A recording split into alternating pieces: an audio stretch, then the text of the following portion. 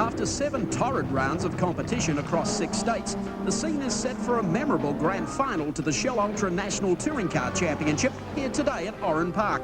The corrected points table shows series leader Jim Richards 3 points clear of Queensland's Dick Johnson, 8 back to Colin Bond and 1 to Peter Brock. The tricky 2.6k Oran Park circuit has never failed to produce a riveting grand final, and today's clash of the Touro Titans should be no exception.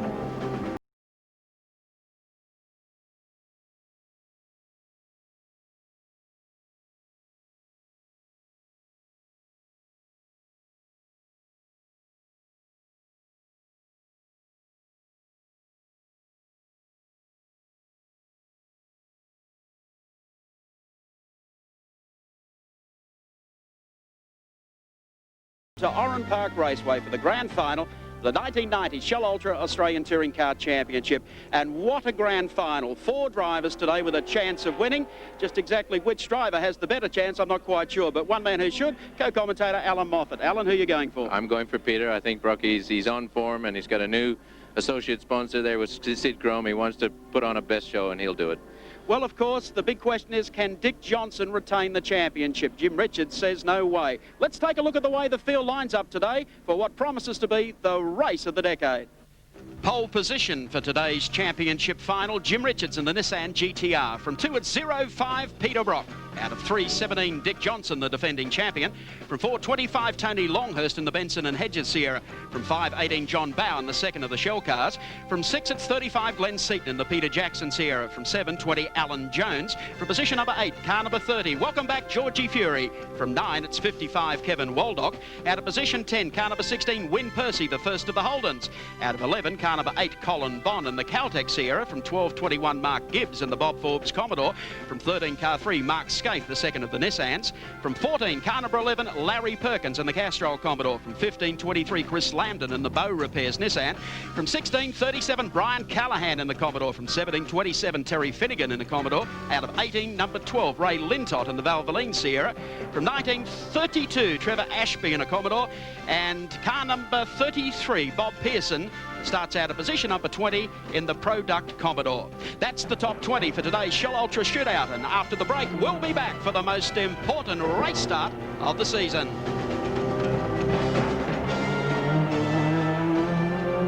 Oran Park Raceway for the grand final of the Shell Ultra Australian Touring Car Championship.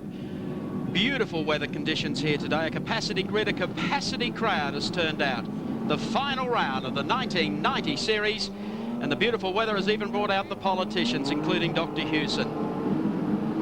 Ready for the start. Richards head-to-head against Brock. Richards wins the start. Absolutely flies off the line. Everyone gets off the line comfortably, heads down towards the first turn. And look at Richards spread eagling the field already as they head down. And a brilliant start, I think, from Tony Longhurst. He got a great, Richards did exactly that in Perth. Mike, he's obviously got all those 4 wheels pulling at the same time. There's no difficulties with their differentials in that start. Field closing up a bit in the infield. And now we have a couple of spoilers, Neil Crompton. Tony Longhurst, a magnificent start there, puts him up into second spot. John Bowen is away quicker than Dick Johnson. Colin Bond, a lot of work to do, out of position number 11. Yes, it was a terrific start from Tony. Aggressive the first couple of corners and cleared himself up from position 4 on the grid after recording a 1:12.02 and chasing his old teammate Jim Richards. Well, ideally Johnson wanted Brock up there, giving Richards plenty of curry in these opening laps, but Brocky must have slipped off the line with his clutch. He's a long way back, 7th spot there. You can see him in the picture now. And he'll work his way through, no doubt. Colin Bond starting out of 11th up to 9th as they complete the first lap on grand final day at Oran Park. And there's John Bowen going out after Tony Longhurst, but disappearing into the distance is Jimmy Richards in the Nissan GTR. 4-wheel drive, twin turbo. And looking for Peter Brock. He's sitting in behind Johnson, so he hasn't made the best of starts. And there is Peter Brock with the 2 Peter Jackson Sierras, driven today by Glenn Seaton and by George Fury, sitting in behind him. Well, the handling aspects of Oran Park, Mike, will keep the field tight in through the S's. The approach here up onto the bridge. Oops. Somebody having a bit of a spin. That looks like Ray Lintott. Ray Lintott. Valvoline Sierra. plenty of G-forces going through these corners. It's not for the faint-hearted. But you'll notice the field is tight on the infield.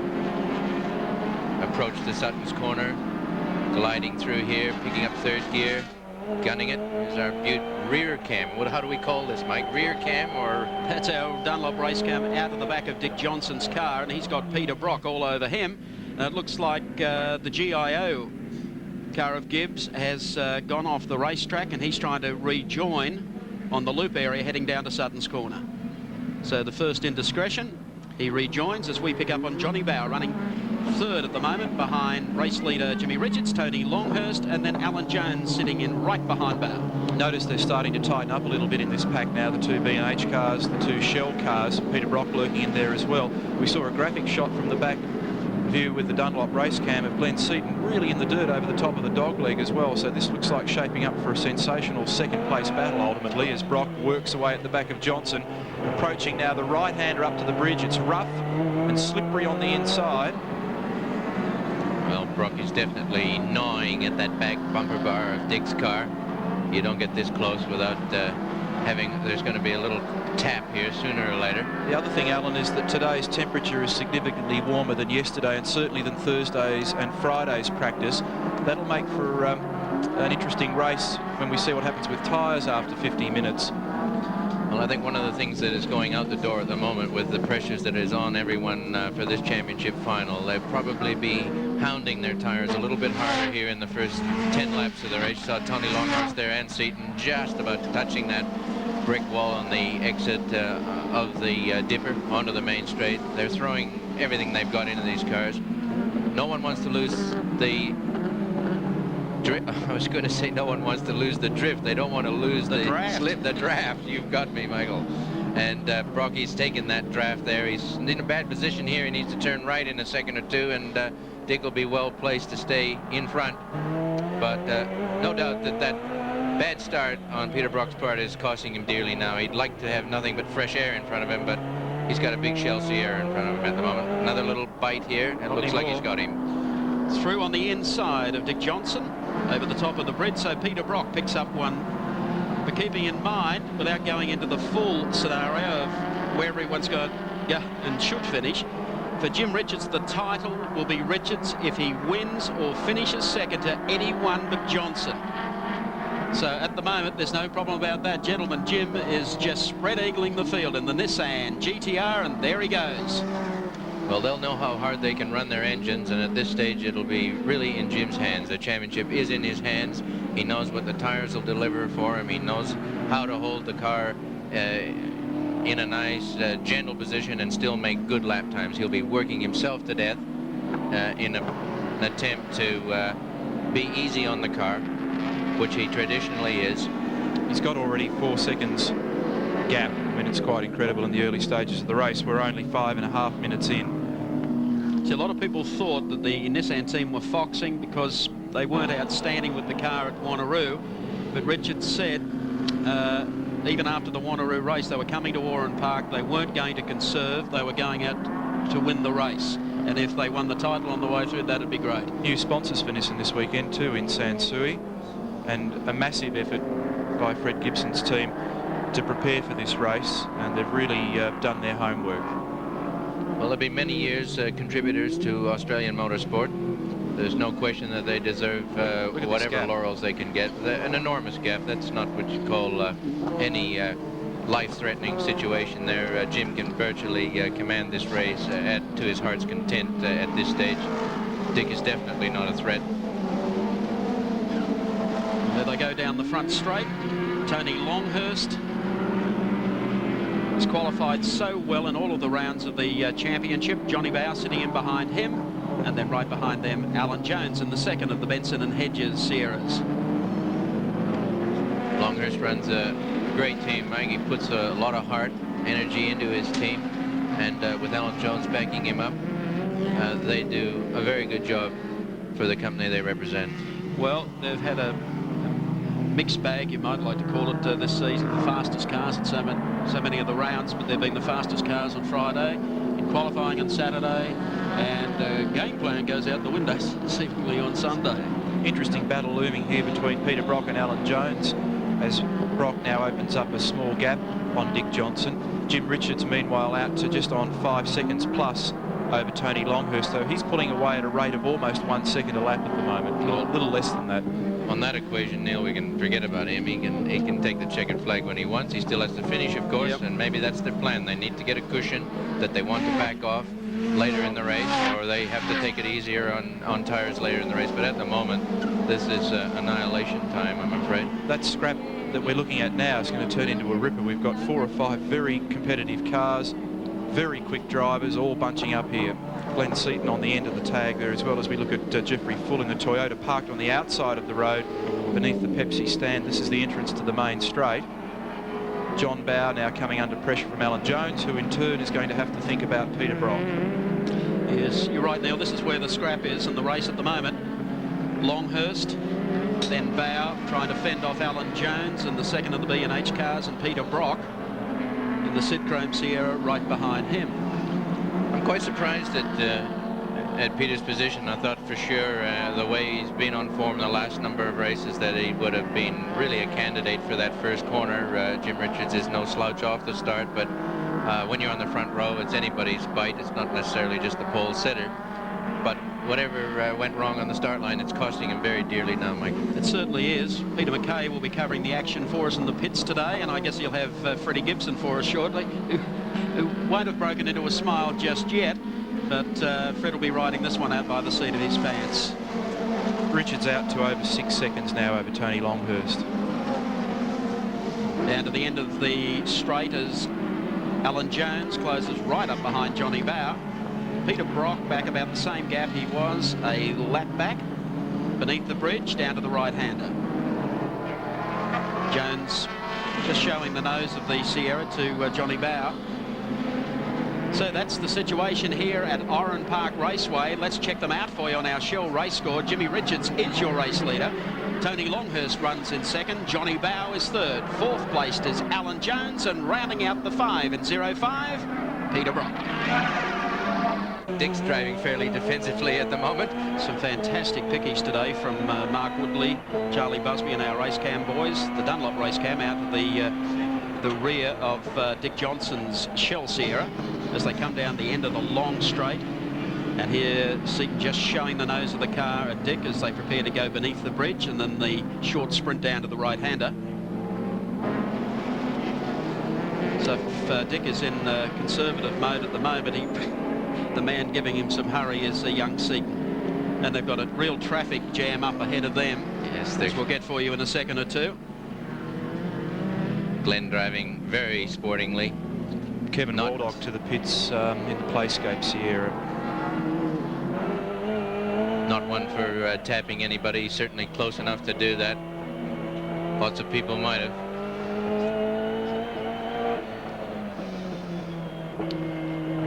Dicey part of the circuit, a lot of forces in the cut seats, drifting over to the right over the edge again, coming up towards the dog leg, a left, drift over to the right, use every bit of the tarmac. Dick Johnson right there over to the right, now the wall waiting for them.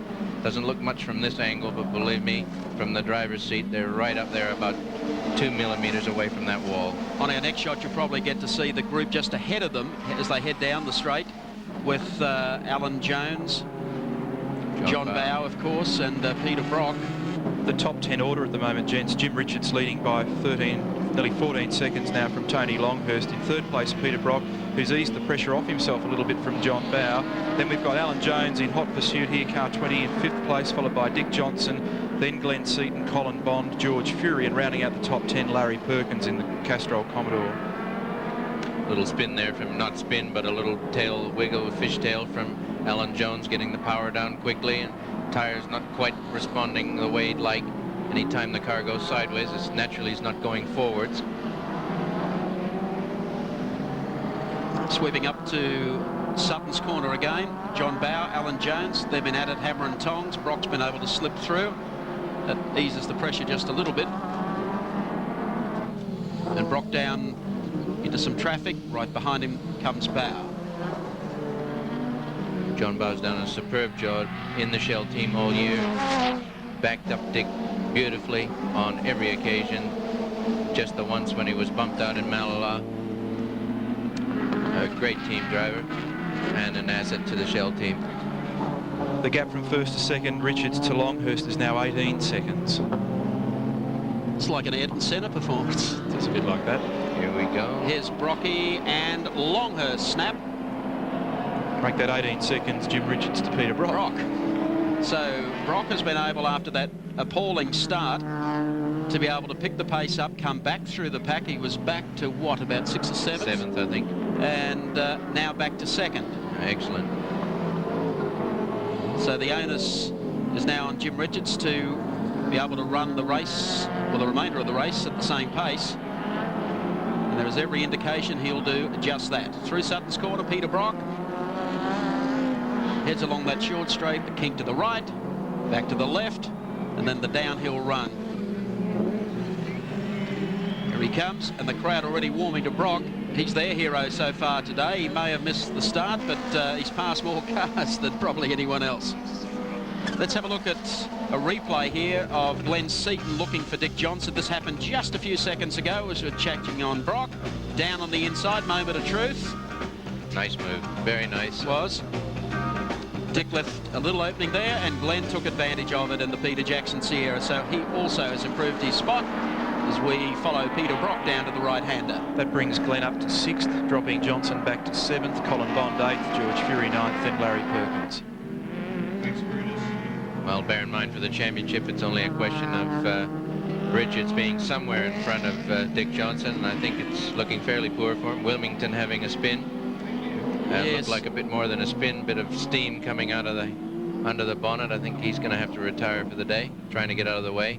Toyota Supra, it heads off. It's got a good head of steam up, you're right about that. We're working lap number 15. Man who should be happy at the moment, I would think it'd be Freddie Gibson. Peter McKay with him in the pits.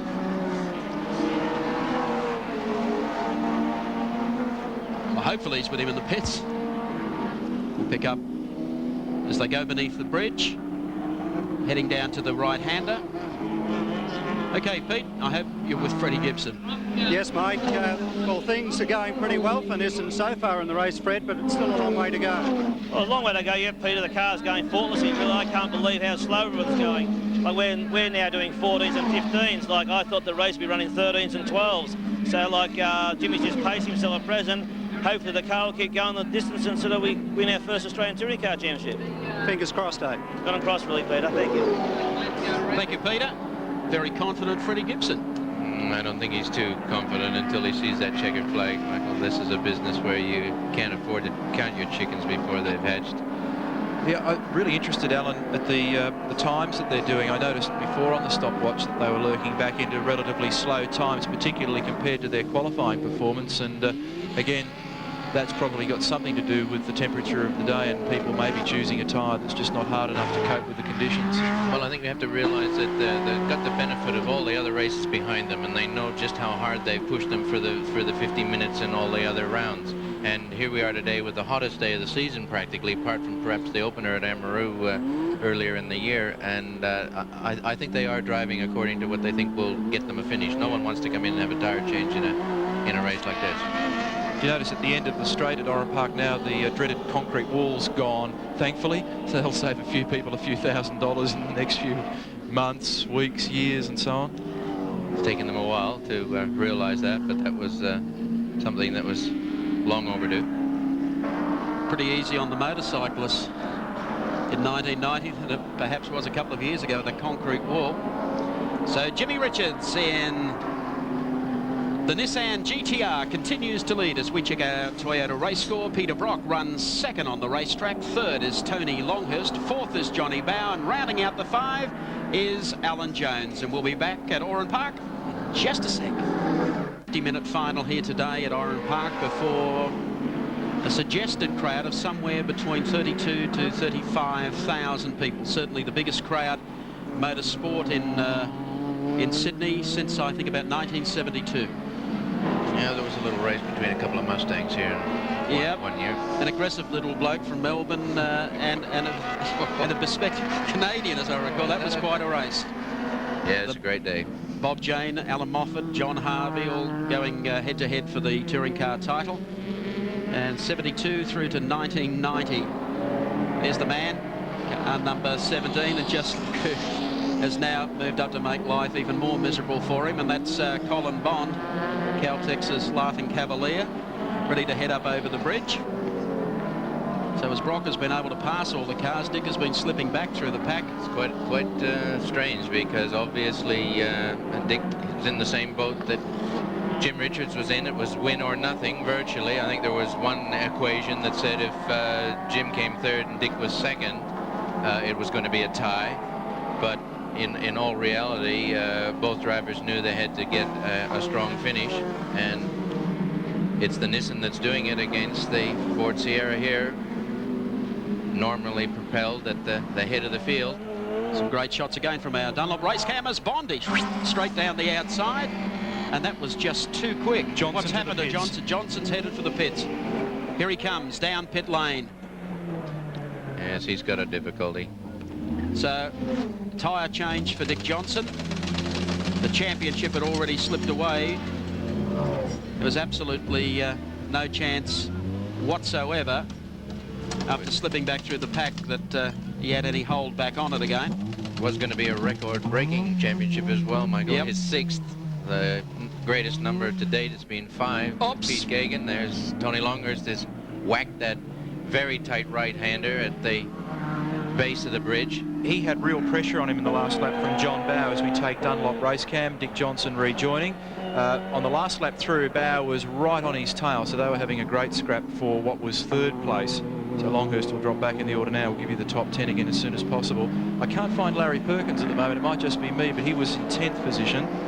He stopped on the track, which now moves Win Percy up, and should I say Mark Scaife has gone behind Win Percy. Is there problems for Larry Perkin? He's come to a halt down on the kart track at the bottom end of the circuit. So Glenn Seaton's got a problem too in car number 35. Well, that was a pretty snappy stomp for Dick Johnson. He wasn't in there long, and obviously not happy with the tires, and went for a new set. Longhurst to the pits. He's got the rear bumper dragging on that car. They'll obviously take an opportunity to throw some new tires on as well. Glenn Seaton to the pits, car 35. There he goes in the foreground. So this is really drastically altering the shape of the top 10 at the moment. Mechanic pulling like crazy on the back of the car. He's needs some kind of gigantic scissors to snip that bumper bar. It's only plastic, it's not a steel bumper bar, so they are able to get their hands around it.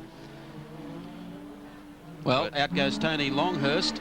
It's an indication of the pressure that's involved when championships are at stake, Michael.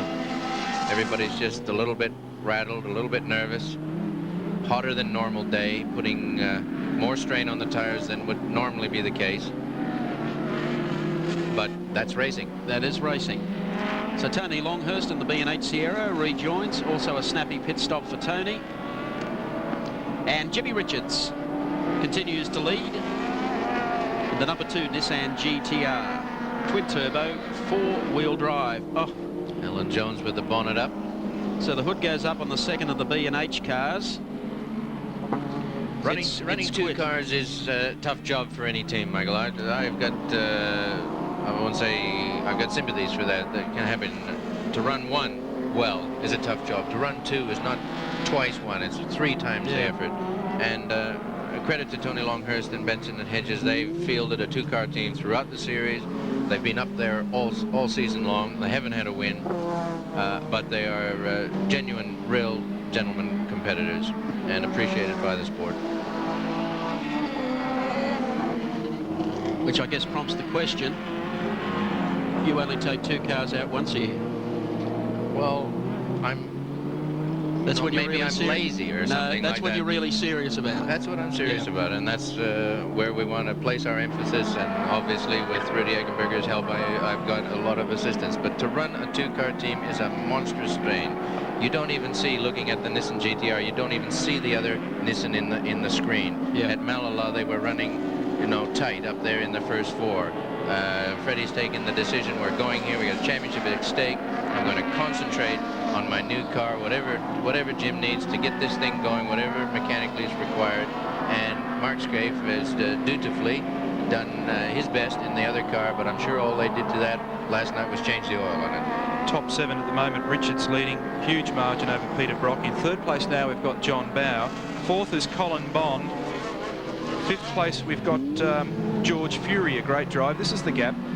So we saw Richards going through there. There's quite a healthy gap back to Peter Brock, as I suggested. The gap's actually stabilised, maybe even shrunk a little bit in the last couple of laps, but I'd say that's Jim feeling pretty comfortable about life at the moment. You can see there's a fair amount of airspace between these two guys. Here he comes. Well, I honestly believe Jim's in a position now to actually start thinking about winning the race. Heck with the championship. He will have his gap on Johnson, but that will be so far gone it won't matter. He'll be watching what Rocky's doing now. This is the gap we're looking at the moment, back to John Bow in 3rd position. There's John, so that's quite substantial as well.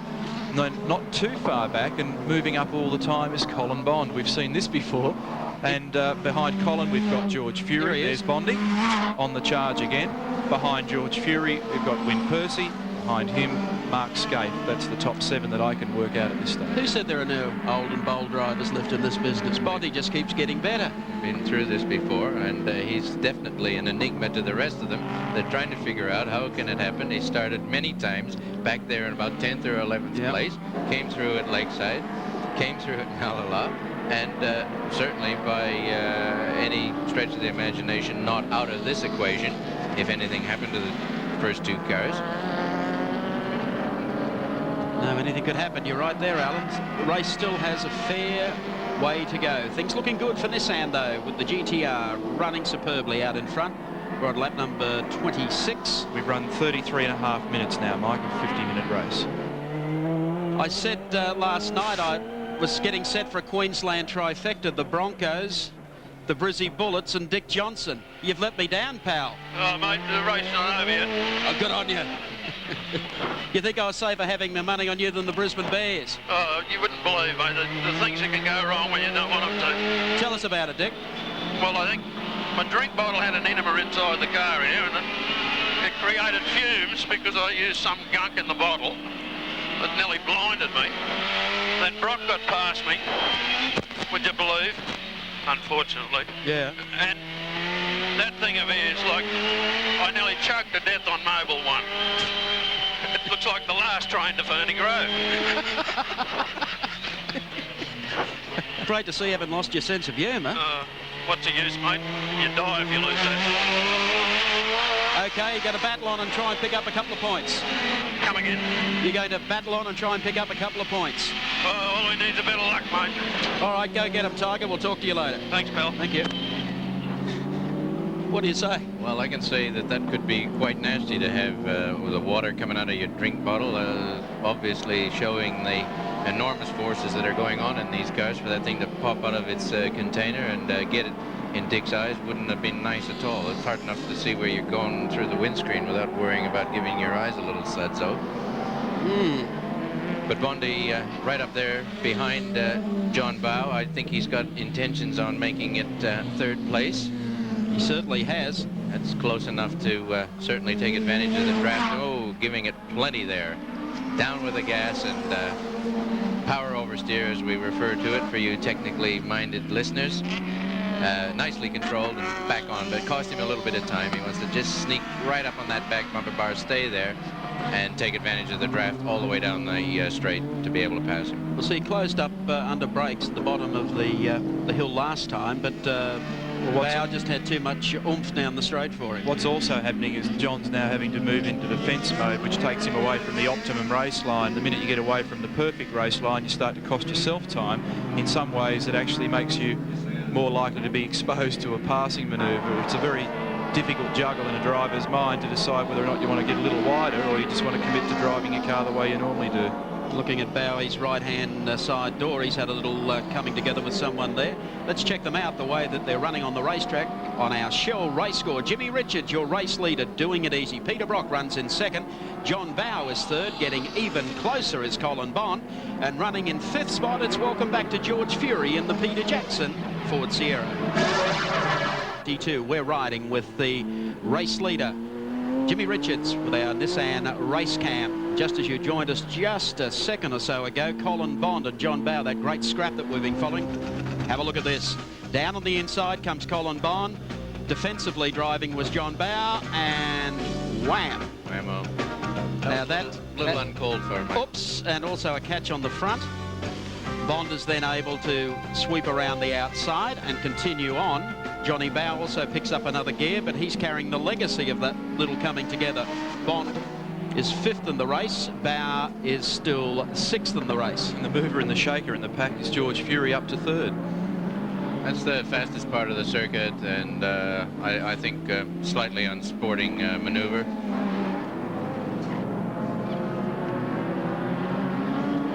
Got drivers with their cars on the maximum of adhesion at the end of the fastest part of the circuit. Running close is one thing, tapping people at that speed is another. You don't think that there was a little 50-50 there, Alan, that Bow had already come straight across the front of him heading for the corner? No, he wasn't in his line. That's a tight left-hander at the end of that little short squirt there at the end of the straight. And Bowie was certainly not right over on the right-hand side of the circuit, but from what I could judge, he certainly wasn't turning into the corner at that stage either. Colin gave it an almighty squirt through the apex off the end of the main straight. He had momentum going for him. Perhaps he just couldn't stop. Let's give him the benefit of the doubt. Alrighty, so the order still the same. Car number 2, Jimmy Richards, leading from Peter Brock. 30 runs in 3rd place out on the racetrack, and that, of course, is a familiar face to motorsport, Georgie Fury. George been out doing a little rallying earlier in the year, and Glenn Seaton has very astutely grabbed his services, put him on the payroll for the rest of the year. So you can see this car as being a formidable runner at Bathurst. Certainly so. George knows his way around there. I believe is still credited with the fastest lap ever in a little turbo. In a Nissan product, yes.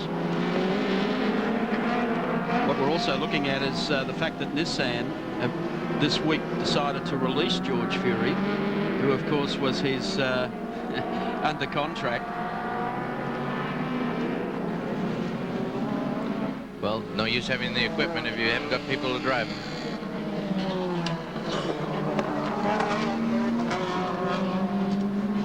Group A international and domestic specifications are presently scheduled to remain in place until the end of the 1991 season. I guess that's caused Australian teams some heartburn of late. A short while ago, CAMS President John Larch cleared the air about what we can expect beyond next year. It gives me a great deal of personal satisfaction to announce that CAMS has made a decision to extend the existing Group A Touring Car Championship rules to the end of 1992. We actually made this decision in principle earlier this year, but it was necessary to wait until I'd been to Paris to the World Motorsport Council meeting in June to find out what the FISA situation was. As it turns out, there's no clarity of thought at FISA level, so CAMS has decided to take the initiative on the basis that we are, after all the world leaders in touring car championship racing.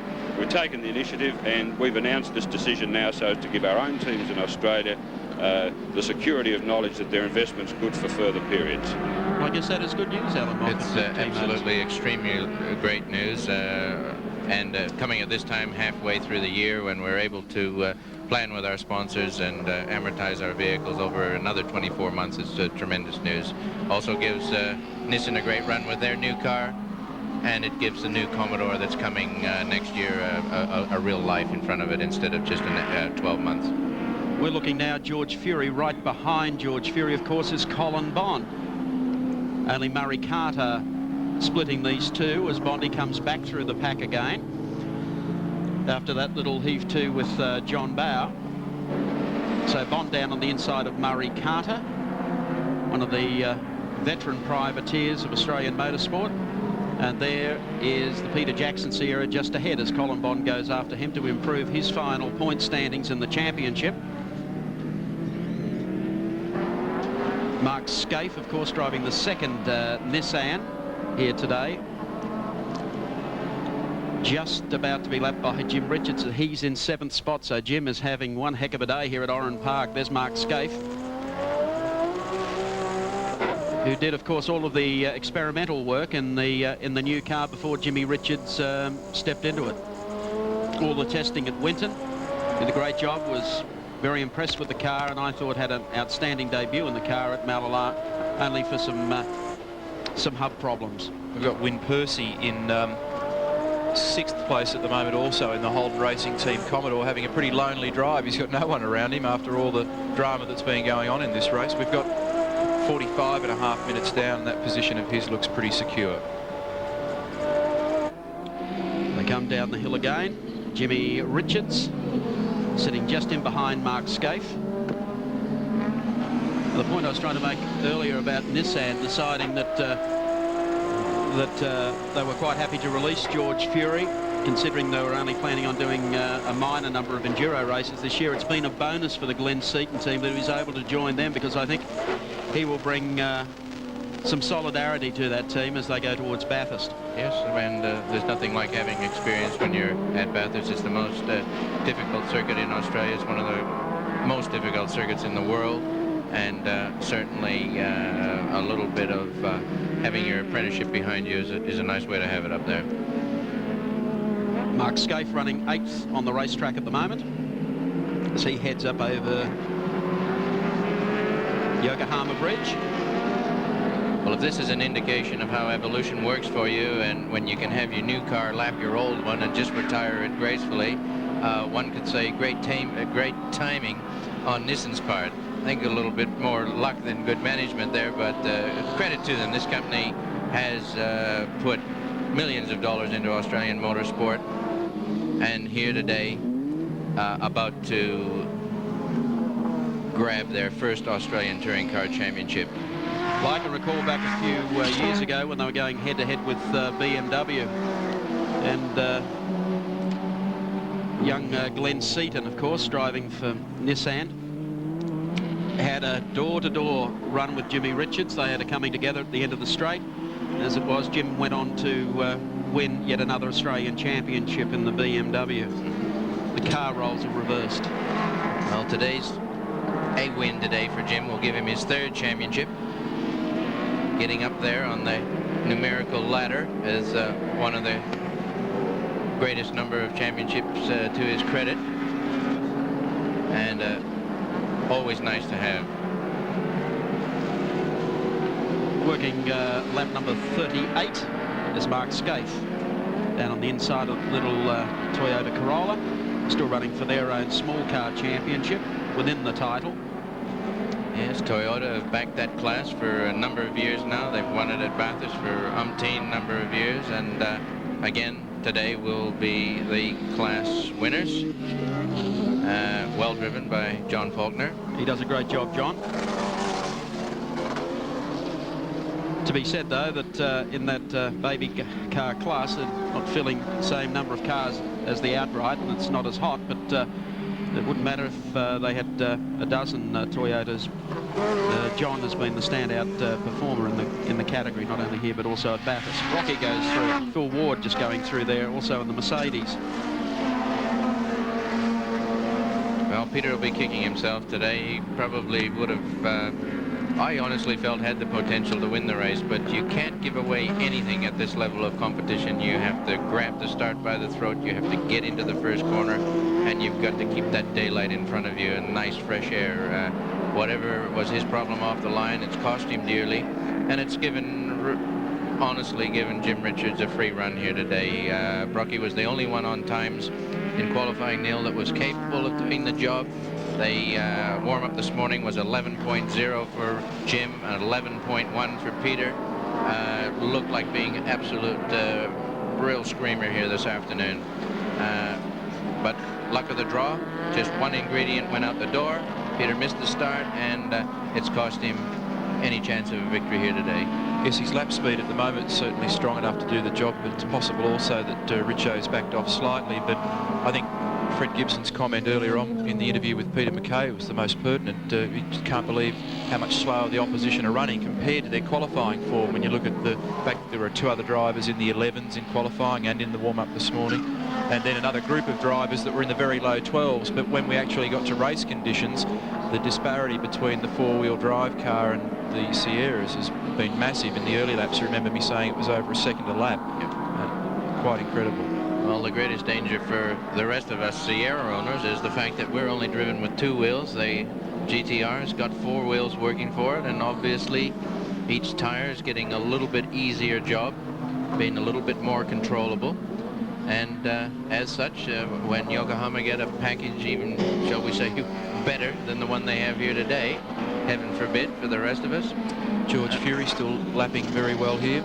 I think the thing that everybody forgets with the Nissan, though, Alan, before we get all too pessimistic, is doing a great job today. It's another 50 or 60 kilograms heavier than even something like a Commodore, and it's still quite hard on its brakes and quite hard on its tyres. It hasn't been pushed along today, so to some extent, it's got the most ideal conditions that it could run under. At Wanneroo, it was under pressure as the checkered flag comes out, and a win to Jim Richards as we approach the 50-minute mark, and Richards the champion for 1990 and giving Nissan their very first Australian Touring Car Championship. Tremendous performance from Jim, the team, Fred Gibson and the company. Let's check them out for you. How they've finished. The win going to Jim Richards, 2nd place going to Peter Brock, 3rd to George Fury. We checked them out on our race score, 4th to Colin Bond and 5th to John Bower. We'll be back here at Oran Park in just a moment. Oran Park Raceway, and what a result. I think the man with the poster at the moment says it all, and I'll ask him to... This ad wins the 1990 Australian Touring Car Championship. Congratulations, Jimmy Richards. It's been a long time coming, and you worked hard, and you absolutely blitzed them. Well, it was a matter of just getting a bit of a lead at the start when the tyres and brakes were very good, and then sort of cruising along at the finish with what tyres and brakes I had left. Everyone believed that Peter Brock might win the start and make life difficult, but you ran off into the distance. You weren't supposed to do that, I don't think. Well, Brocky owes me $10 already because he had a bet with me last night, and I haven't forgotten it. $10 for who was first to the first corner. So I thought I had a pretty good bet going there. You obviously had no problems at all throughout the race? No, I didn't. No, I pressed on pretty hard at the start, and of course that didn't leave me with much rubber in that left towards the end. But you know, the object was to win, and it didn't matter by how much. I think Tom Smith from the Shell Company are ready to put the championship sash around you. Yeah, Jim? It was going to be Dick. Thank you very much. A Freudian slip there. He thought it was Dick Johnson. Yes, by all means. Well done, son. Thank you. Listen, first I'd like just to thank Nissan and Fred Gibson for supplying me such a great little car to drive. We've had a great year, and this, although I've won the championship twice before, this is the best.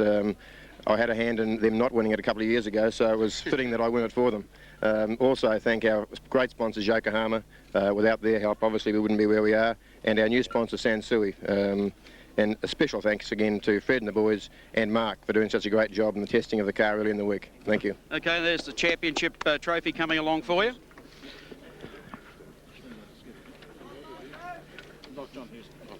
Okay, John Hewson making the presentation there.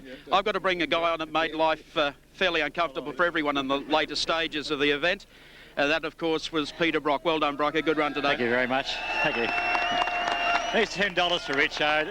They reckon I welched my bets. Yeah, Richo. I had some fun and games early on. It was a very foolish bet, actually, betting Richo I'd get to the first corner first, but I just sort of couldn't get any traction there for a lap or two. And it was a bit of a battle getting by Dick and John and Tony and Alan, but it was a thoroughly enjoyable race as far as I'm concerned. Thank you, Peter. Thank you for your company for the Australian Touring Car Championship. We'll catch you next time around when 7 Sport goes motor racing.